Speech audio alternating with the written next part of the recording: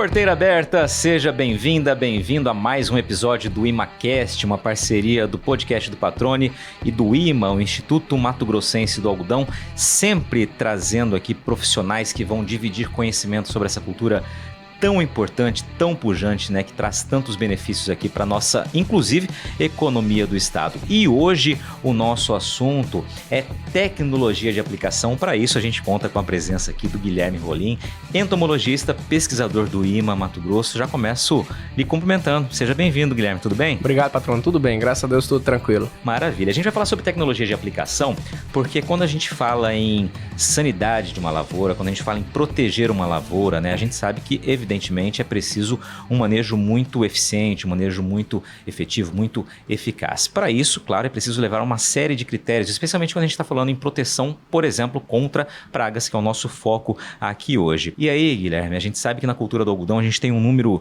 bastante elevado aí de entradas, né? Desse manejo ele é feito com uma certa frequência por conta do período mesmo do ciclo da cultura, que é um pouco mais alongado, e é preciso levar, como eu disse, vários critérios em consideração para que esse resultado seja aquele esperado pelo produtor, né? Isso, patrão. Na verdade, assim, se pensar na cultura do algodão, tem um ciclo aí de 180, 200 dias. Então, você vai ter, além disso, nós cultivamos o algodão em uma agricultura tropical. Vem de um ciclo de soja, há pragas que ocorrem tanto na soja como nesse algodão, eventualmente algum milho que está próximo ao algodão também tem pragas que compartilham as culturas, então além das pragas a gente tem as doenças e ervas daninhas, então a tecnologia de aplicação entra para tentar aumentar a eficiência no controle desses agentes que vão estar ali tentando reduzir a produtividade. Quando a gente estava aqui nos bastidores conversando, a gente falava sobre tecnologia de aplicação. Vamos tentar definir tecnologia de aplicação, que eu achei muito bacana quando você traz isso, fica de uma maneira muito didática para quem eventualmente não seja do campo, conseguir entender tecnologia de aplicação, porque a gente une aí várias áreas do saber, né? Isso. Tecnologia de aplicação, na verdade, vamos dizer assim, um tema multidisciplinar. É onde você entra com o conhecimento sobre a praga, seja ela um inseto, a doença ou uma erva daninha, tá? Então, entender aquele contexto, entender o contexto onde aquela praga está inserida, tá? Entender de química, tem a questão da química, dos produtos que vão ser usados, ou da biologia, no caso dos biológicos que vão ser utilizados, e entender a certa mecânica, vamos dizer assim, da máquina que você vai estar utilizando. Então, entender tem termos físicos, químicos e biológicos envolvidos. Então, é uma gama ampla de conhecimentos que está envolvido quando você fala em tecnologia de aplicação. Além das condições climáticas, que são um fator muito importante que entram quando você pensa em uma tecnologia a ser aplicada em determinado local. Pois é, então tem que unir todos esses conhecimentos, né, para que esse resultado, e claro, adotar uma estratégia condizente com aquela necessidade específica, né? E aí a gente entra na questão das etapas, né? Eu sei que você estabeleceu algumas etapas aqui para ficar, inclusive, mais didática essa informação, né? Isso, patrão. Na verdade, quando a gente pensa em técnicas de aplicação, a primeira pergunta que vem, né, que é a pergunta de $1 milhão, vamos dizer assim, seria o que é que eu quero atingir? Então, qual é meu alvo? Essa é a primeira pergunta, tá? O primeiro ponto. A partir do momento que eu determino o meu alvo, seja um inseto, seja uma planta, seja uma doença, eu estou determinando o alvo. Então, a superfície que eu quero tratar, o que eu quero me defender contra o quê? A partir do momento que eu tenho isso, eu começo a tentar entender a interação desse elemento com o contexto onde ele está inserido, tá? Seja a praga, ou seja a erva daninha ou a doença, baseado na condição climática, em qual está favorável àquela situação. E aí entra a questão do tamanho de gota ideal, no caso, quando a gente está pensando em aplicação, seja de um herbicida, de um fungicida, de um inseticida, o tamanho de gota ideal para aquele alvo em questão.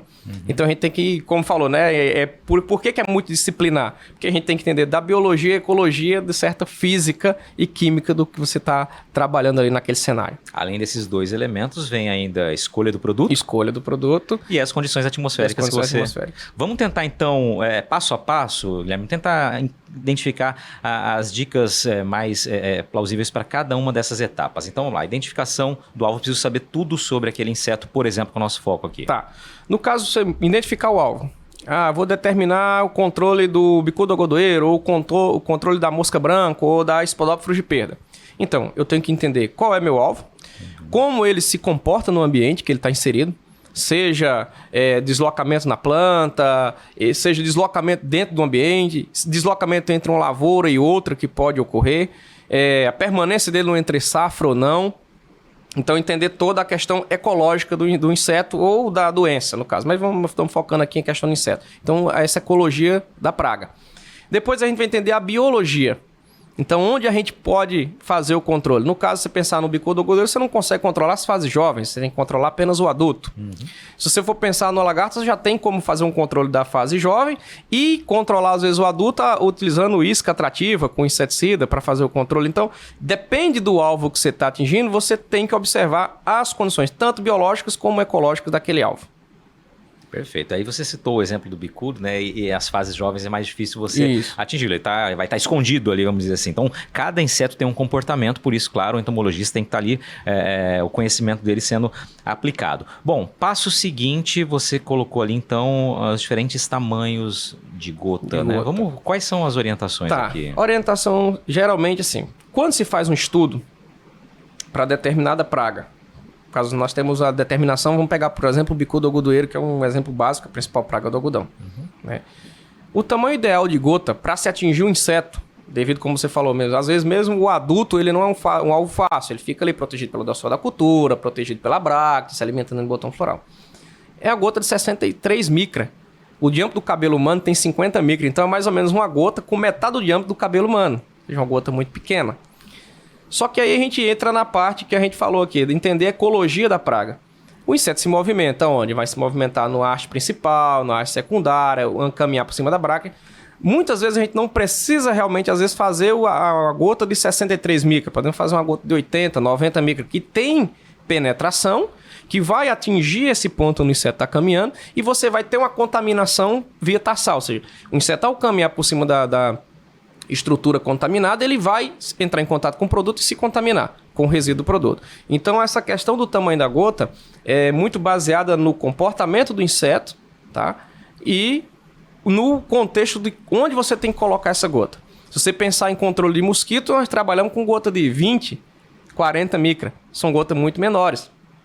Quando você trabalha no caso do bicudo, 60 micras, às vezes uma gota que a gente falou agora, pode trabalhar com 80, 90, que você vai ter uma boa penetração e colocar a gota no local onde ele vai fazer o caminhamento sem entrar em contato. Então há uma diferença nessa questão do tamanho de gota devido ao comportamento da praga e a biologia da praga.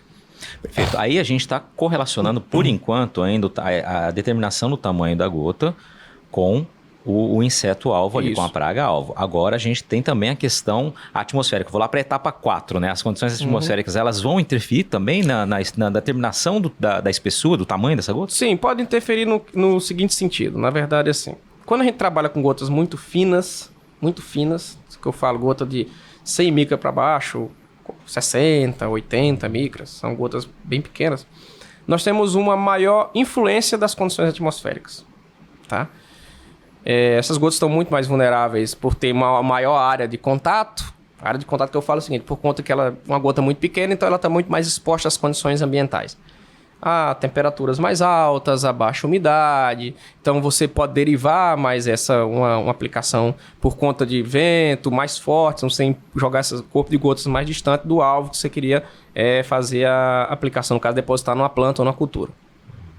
Então, às vezes consegue adequar ou monitorar as condições climáticas, que é o ideal. Esse monitoramento das condições climáticas. Então, tem o ideal. Eu não posso aplicar acima de certa temperatura. Eu não posso aplicar abaixo de certa umidade. Eu tenho que adicionar aí... Eu não posso aplicar com ventos acima de 12 km por hora, 10, 12 km por hora. Então, tudo isso são conceitos que vêm já de um certo tempo da tecnologia de aplicação que são adotados, se mantêm adotados. Um outro ponto que é introduzido é você utilizar ou óleos ou adjuvantes que vão reduzir essa perda, principalmente por evaporação. Tá? O ideal é a gente fazer a aplicação e aquela gota chegar e permanecer na estrutura, seja na planta ou no inseto, mas que ela permaneça viva por mais tempo. O que a gente chama de gota viva? Gota em estado líquido por mais tempo. Porque a partir do momento, pensando numa folha, ser tratada com a determinada gota, o inseto caminhar por cima daquela folha, a gota ainda em estado líquido, muito mais produto vai ficar aderido ao corpo dele ao ele caminhar por cima da folha. Em estudos varia entre de 2 a 5 vezes mais produto fica aderido ao corpo do inseto quando ele caminha por cima da superfície tratada com gotas em estado líquido do que quando ele caminha na superfície tratada com o resíduo sólido. Porque muitos produtos, né, o princípio técnico é um pó, e ele vai voltar a ser pó, vai evaporar a água, tudo, e ele vai voltar a ser pó, e ao caminhar ali, muito produto vai ficar aderido também na folha e não vai aderir ao corpo do inseto. E lembrando que a gente fala em dose por hectare, mas a dose é por peso vivo, tá? Eu sempre gosto de lembrar isso quando a gente conversa com o pessoal, dose é por peso vivo. Tá, eu lembro que eu tenho uma filha de 2 anos, a gente pesa 12 quilos, cada gotinha lá do remédio para febre é 1 gota por quilo, por peso vivo. Então, dose é por peso vivo. Então, quanto mais produto entrar em contato, o inseto entrar em contato e ficar no corpo dele, maior chance eu tenho de matar. E aí você já citou a questão dos produtos, né? Como determinar a escolha de produto mais eficiente para cada inseto, por exemplo, para cada praga aí? Tá, no caso depende vamos pensar em pragas, né? Tanto o bicudo, pulgão, mosca branca, lagarta, ácaro. No caso do bicudo, a gente tem uma circular técnica que o IMA lança todos os anos, tá? Então, a gente tem essa circular e mostra os principais produtos que estão sendo utilizados e o ranking que eles têm em questão de eficiência em laboratório, em teste laboratório. Esses testes servem para quê? Para nortear a escolha dos produtos a serem utilizados. Pensa que tem um grupo de produtos, no caso os piretróides, que é um grupo de produtos que são utilizados no algodão, que antigamente tinham eficiência para o bicudo. Hoje a gente não tem mais essa eficiência. Nós temos casos documentados de resistência a esse inseticida, tá? A esse grupo de inseticida em questão. Então, parte do princípio seguinte: nós temos informações, tanto informações, no caso de Circulatec, como informações de dados que são repassados através do GTA, foi o que a gente falou no podcast anterior, né, dos grupos técnicos de algodão, onde tanto eu como o Jacob, nós realizamos os testes em laboratório, em campo, e levamos essa informação para nortear a decisão de quem está lá na ponta, quem vai adquirir o produto e quem vai fazer a aplicação do produto. Então, o trabalho é esse. Então, determina o produto que realmente funciona, vamos observar nesse produto as características tanto físicas e químicas do produto, como eu falei. Alguns produtos têm o seu técnico em forma sólida. E às vezes ele está lá para aplicação formulado em líquido. Quando aquela formulação evaporar, a água que vai junto, ou até mesmo o óleo, mesmo que a gente coloque um óleo adjuvante, uma hora vai evaporar aquilo ali, vai ficar o resíduo seco. Ele vai se demonstrar o pó técnico. Às vezes aquele ele fica muito mais aderido, aquele produto fica muito mais aderido à superfície e menos entra em contato com o inseto. Isso aí tem influência na translocação do produto, se for um produto que vai translocar na planta, porque a planta não transloca bem, não absorve bem produtos em estado sólido. Então tem esses pontos a se pensar. Além do residual, tá? O residual também é importante. A gente, quando faz testes em campo, faz teste de residual de produto para ver, eu posso aplicar com qual reentrada eu vou entrar com aquele produto de novo. Quanto eu tenho de residual? Então, produtos com residuais menores são colocados em certos pontos, em certas épocas, que depende, às vezes, de questões até climáticas. Produtos como, pensar no grupo de orgânicos fosforados em geral, são muito mais degradados, rapidamente mais degradados em um pH mais básico. O pH da folha de algodão é 8,8, 9. Então, são produtos que, na época, às vezes, que tem mais umidade, vão ter um residual muito menor. E tem outros produtos que toleram um pouco mais essa questão de um pH mais elevado no orvalho. Então essas são as... na verdade a gente faz por isso que é de multidisciplinar. Faz testes em geral e tenta trazer essa informação para nortear uma escolha na ponta. Ô Guilherme, agora eu queria, aproveitando um pouco da tua expertise, assim, né? Evidentemente a gente tem um interesse muito grande de ser o mais efetivo, né? O mais preciso possível nesse manejo, mas equívocos tendem a acontecer. Quais são os principais pontos de atenção, dada a sua experiência, que você percebe que as pessoas eventualmente acabam escorregando, acabam se equivocando? Um principal erro é time de aplicação. Tá? É o tempo, né? A gente eu mesmo não gosto muito de usar palavras em inglês, mas o termo seria esse, time de aplicação. Esse time de aplicação é o seguinte sentido. Vamos pensar com a praga base, né? O bicudo. Se você errar o time de aplicação, ou seja, errar o período que você tem que realmente realizar a aplicação, as aplicações são determinadas a cada 5 dias por conta da biologia da praga, então entra todo aquele, biologia e ecologia do inseto. Para evitar que aquela fêmea comece a ovipositar e você quebra o ciclo da praga. Se você erra esse time de aplicação, você vai ter uma geração ali, vai dar tempo aquela fêmea fazer a oviposição, então você vai ter mais insetos. Então termina que a gente vai ter que fazer mais aplicações para tentar retrazer a população para níveis aceitáveis novamente. Então, um dos principais erros que se comete é o erro no time de aplicação. Aplicar no momento errado. O momento errado que fala. Aplicar quando a praga às vezes está numa quantidade muito grande. Né? Você passou do nível de controle, né, da praga. Então, esse é um erro que acontece, muitas vezes não por erro, vamos dizer assim, espontâneo, mas um erro por falta de condições, às vezes, de aplicar. Tá chovendo demais, tá muito seco, tá ventando muito. Então, são condições que, às vezes, impedem uma aplicação e você termina, às vezes, perdendo esse timing de aplicação, tá? Eu acho que o principal ponto hoje é esse. E entrando já na aplicação diretamente, às vezes, uma falta de calibração dos equipamentos de aplicação, tá? Esse é às vezes, que a gente corriqueiramente se depara com isso. Na falta de uma calibração para aquele equipamento. Eu estou fazendo gota, quero fazer gota X para determinada praga, mas meu equipamento não está fazendo isso. Eu acho que ele está fazendo isso.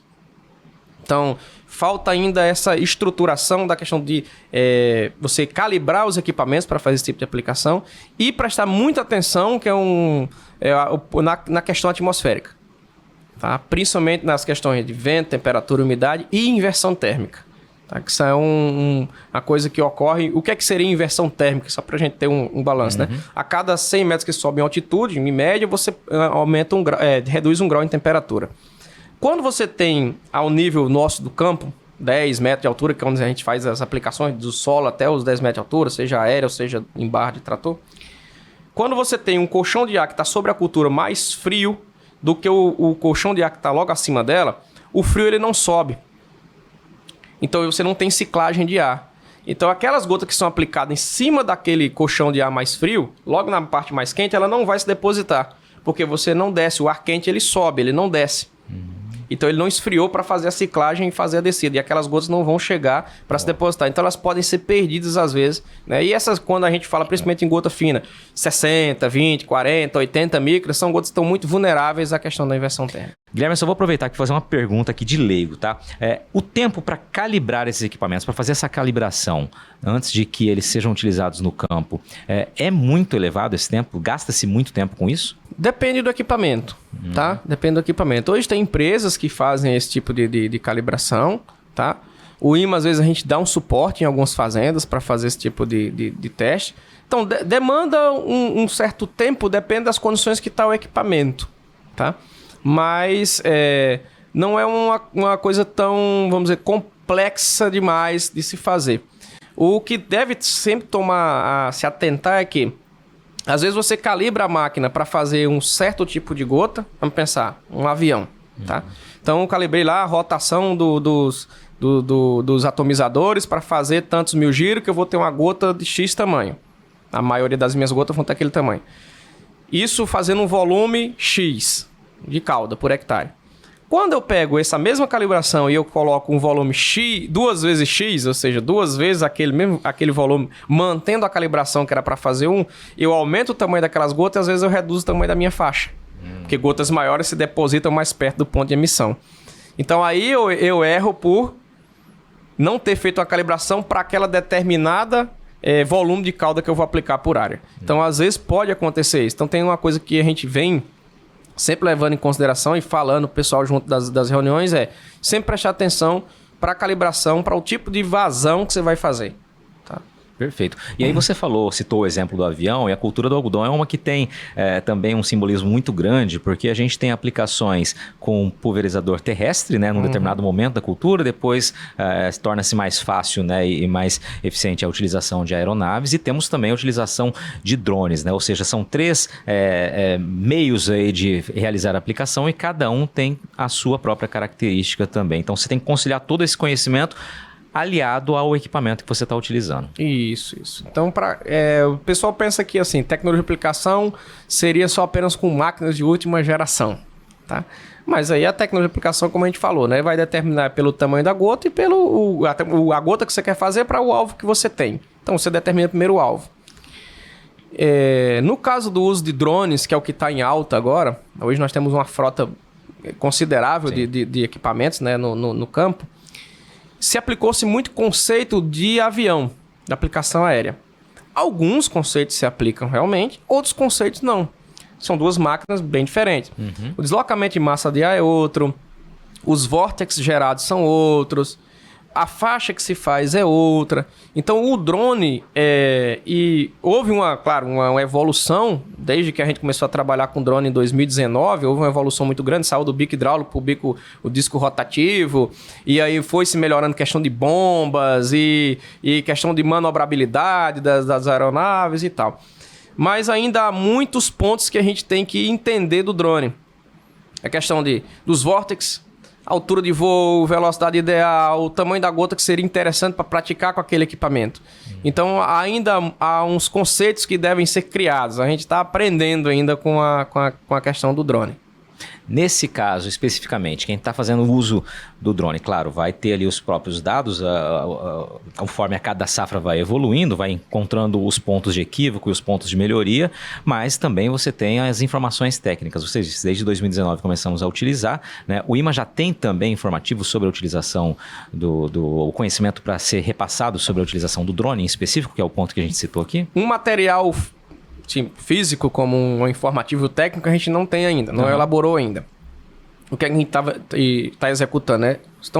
São executados testes, a gente está executando testes, e o que a gente nota, o que nós notamos?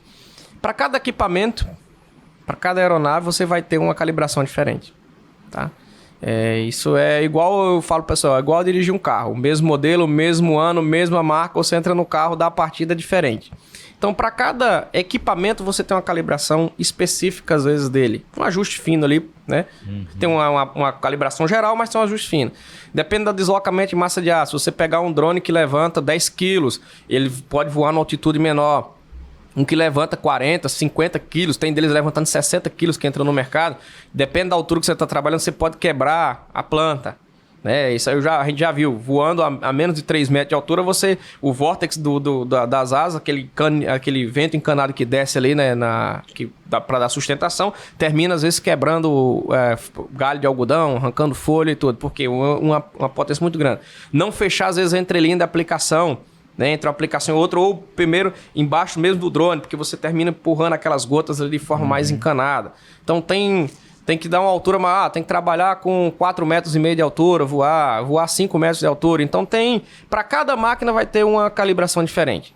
Isso é não só para o drone, mas para o avião, para o trator, tem que ter uma calibração mais fina para você chegar no ponto de ter uma eficiência muito maior. São os detalhes, né, o afinamento, né, no final da calibração. Aproveitando que a gente está falando em tecnologia, né, também de equipamentos, e a utilização de IA, inteligência artificial, né? Como é que está a adoção dela no campo, a velocidade de adoção e quais são as orientações que já são possíveis repassadas? Em adoção ainda vai se começar ainda alguma coisa. Provavelmente o que é que hoje nós temos de introdução de IA? Na verdade tem mais a questão de algoritmos que estão sendo gerados, para você determinar monitoramento, tá? E introdução de armadilhas, pensando em armadilhas, inteligentes, que você não precisa de um monitor ir lá fazer o monitoramento e ela te dá uma contagem de inseto, dá uma determinação, algoritmos que vão te falar, ó, essa semana a previsão é de ter índice ou não da praga devido a tantas semanas que vemos avaliando, quando dessa condição de temperatura, de umidade, você tem um maior crescimento ou não dessa praga. Então, a esse ponto nós já temos algumas informações. Com relação à IA em si, está se começando ainda. Essa introdução provavelmente é uma coisa que não vai se demorar a acontecer, e você tem a introdução dessas tecnologias para melhorar, auxiliar no manejo de pragas. Maravilha. Ô Guilherme, a gente está caminhando logo para o fim aqui. Então a gente trouxe um conceito básico, né, as principais orientações de campo, os pontos que o produtor, né, ou a equipe de campo, evidentemente, devem estar atentos para que esse manejo seja o mais eficiente possível. Eu queria que você falasse um pouquinho, você já mencionou aqui, mas especificamente sobre esse trabalho do IMA com essa temática, com a temática da tecnologia de aplicação. Como vocês têm trabalhado, o que vocês estão, realmente, você já citou algumas aqui, mas em desenvolvimento de pesquisa? Tá. Nós começamos em 2017, na verdade, trabalhar com a parte de tecnologia de aplicação, juntamente com o Dr. Marcos Vilela, que deu um apoio muito grande para o IMA e hoje ainda é um parceiro nosso. E começamos lá fazendo aplicação em ultra baixo volume, são aplicações com volumes menores, baixo volume oleoso, introduzindo ali o óleo nas aplicações com volumes de 5 litros por hectare. E entrou em 2019 a gente trabalhando com um pouco de drone, né? Começou, como eu falei, com Big Draw, depois entrou nos rotativos. E agora, para essa safra, o que nós temos em vista são testes mais práticos a campo. Então, nós começamos com muitas coisas mais localizadas, em áreas menores. Esse ano a gente quer expandir um pouco mais para realmente botar à prova certas tecnologias e certos conceitos que a gente tem. No caso do drone, né? Eu falo do drone porque se pede muita informação sobre a máquina. Então, ela serve para aplicar o quê? Ela serve para aplicar o inseticida, o herbicida e o fungicida? Ou só o inseticida e o fungicida e não dá certo aplicar o herbicida? Que tamanho de gota ideal a gente pode usar para esse equipamento? Qual é a faixa realmente que ele faz? O que está mostrando o controle lá, que às vezes vem no controle agora, vem lá, essa rotação vai te dar uma gota tantas micras. Isso é real? Então essas são as informações que a gente não tem ainda e que a tendência é serem geradas nessa safra. A gente está para receber um equipamento, uma parceria, fez uma parceria, está para receber um equipamento agora, um drone maior, que levanta lá 50 litros para fazer a aplicação. A gente vai deixar uma área para tocar a lavoura inteira com aquela máquina e colher resultados aí a safra inteira. Claro, se houver a necessidade de entrar com outro equipamento para fazer uma aplicação devido a um furo de controle, a gente vai entrar e ali vai ser tudo reportado. Então tudo vai ser um contexto. Não, a intenção é colocar a máquina à prova, colocar os conceitos à prova, a tecnologia à prova. Realmente tem que fazer gota fina para isso? Ou posso fazer uma gota um pouco maior, que é mais fácil controlar, menos influenciada pelas questões climáticas. Então tudo isso vai ser adequado agora nessas safras, né? A gente começa agora e vai continuando os estudos. Eu sempre pergunto essa questão da pesquisa, né? Do trabalho que é feito, porque justamente você citou agora que vão ter a aquisição desse equipamento com 50 litros aí, né? E a gente tem equipamentos cada vez mais novos a cada safra, a cada meia safra você já tem, então esse teste de campo ele precisa ser feito realmente com esse olhar mais científico, esse olhar mais da pesquisa, até para gerar essa informação que vai ser utilizada lá no campo, encurtando, né, o tempo entre uma nova tecnologia e, de fato, a eficiência dela, ou quais os parâmetros devem ser observados naquela utilização para que o resultado seja o mais efetivo possível, né? Ou seja, o trabalho da pesquisa, o trabalho da ciência, ele encurta o alcance do produtor no melhor resultado. Exatamente por aí, né? Eu gosto sempre de falar o seguinte, que o IMA é a primeira barreira do produtor contra qualquer erro, vamos dizer assim, né? Reduzir as chances de erro. Porque a gente testa primeiro, tanto a parte da entomologia, como o pessoal que trabalha com os biológicos, o pessoal que trabalha com erva daninha, destruição de soqueira, quem trabalha com a parte de doença, né? A fitopatologia, nematóides, doença. Então, nós somos a primeira barreira ali. Então, nós absorvemos muito impacto ali das novas tecnologias. É um pedido do produtor de fazermos testes nas unidades do IMA. Então, dar um parecer técnico sobre aquela tecnologia. Então, é isso que a gente vai fazer nessa safra agora, né, para tentar trazer mais luz sobre essa questão da aplicação, utilizando outros equipamentos e também adequar algumas coisas que a gente já vem fazendo ao longo do tempo. Maravilha. Para a gente arrematar aqui, Guilherme, as suas considerações sobre esse tema tão importante, né? Trouxemos várias informações aqui, mas eu queria que você deixasse o teu recado aqui desse episódio. O recado, patrão, é o seguinte. Na adoção da tecnologia de aplicação, primeiro ponto, lembra lá, quem é teu alvo? O que eu quero atingir? Quando eu penso na tecnologia de aplicação, eu vou comprar a melhor máquina, o melhor drone, o melhor avião. Mas o que é que eu quero fazer com isso? Então eu lembro lá da Alice no País das Maravilhas, né? Que pergunta pro gato, para onde essa estrada leva? E o gato fala, para onde você quer ir? Ela fala, eu não sei, eu tô perdida. Aí o gato responde, para quem tá perdido, qualquer caminho serve. Então, a gente não pode estar perdido. Então, determinar, eu quero controlar o quê? O que eu quero fazer? Então, a partir do momento que eu tenho essa resposta, eu consigo trabalhar com o que eu já tenho para adequar a esse alvo que eu devo controlar. Ou seja, independente do avanço da tecnologia, o conceito raiz ele deve ser obedecido, deve ser levado em consideração sempre para que você não fique perdido, né? Ou seja, saiba exatamente o alvo que você quer atingir, literalmente. Isso. Guilherme, te agradeço mais uma vez pela participação aqui. Muito bacana a gente poder dividir conhecimento, né? Eu aprender aqui mais um pouco com vocês, certamente da mesma maneira quem está nos acompanhando. Parabéns pelo trabalho, sucesso aí nas pesquisas e logo a gente traz aí mais resultados de campo. Tranquilo, meu amigo. Grande abraço. Maravilha. Obrigado a você que nos acompanha acompanhou em mais esse episódio do ImaCast, nessa parceria do podcast do Patrone com o Instituto Mato Grossense do Algodão. Aliás, para que você possa ouvir e assistir os outros episódios anteriores aqui do ImaCast, é só você acessar o canal do podcast do Patrone e do Instituto Mato Grossense do Algodão no YouTube, ou então acessar, né, os canais de streaming, né, ou seja, as plataformas de streaming onde estão lá o podcast do Patrone, o ImaCast, com todo esse conteúdo que foi gerado nos episódios anteriores e nos próximos que virão. Mais uma vez, obrigado pela sua companhia, pela sua audiência, sucesso da porteira para dentro, força e fé da porteira para fora, e vamos que vamos!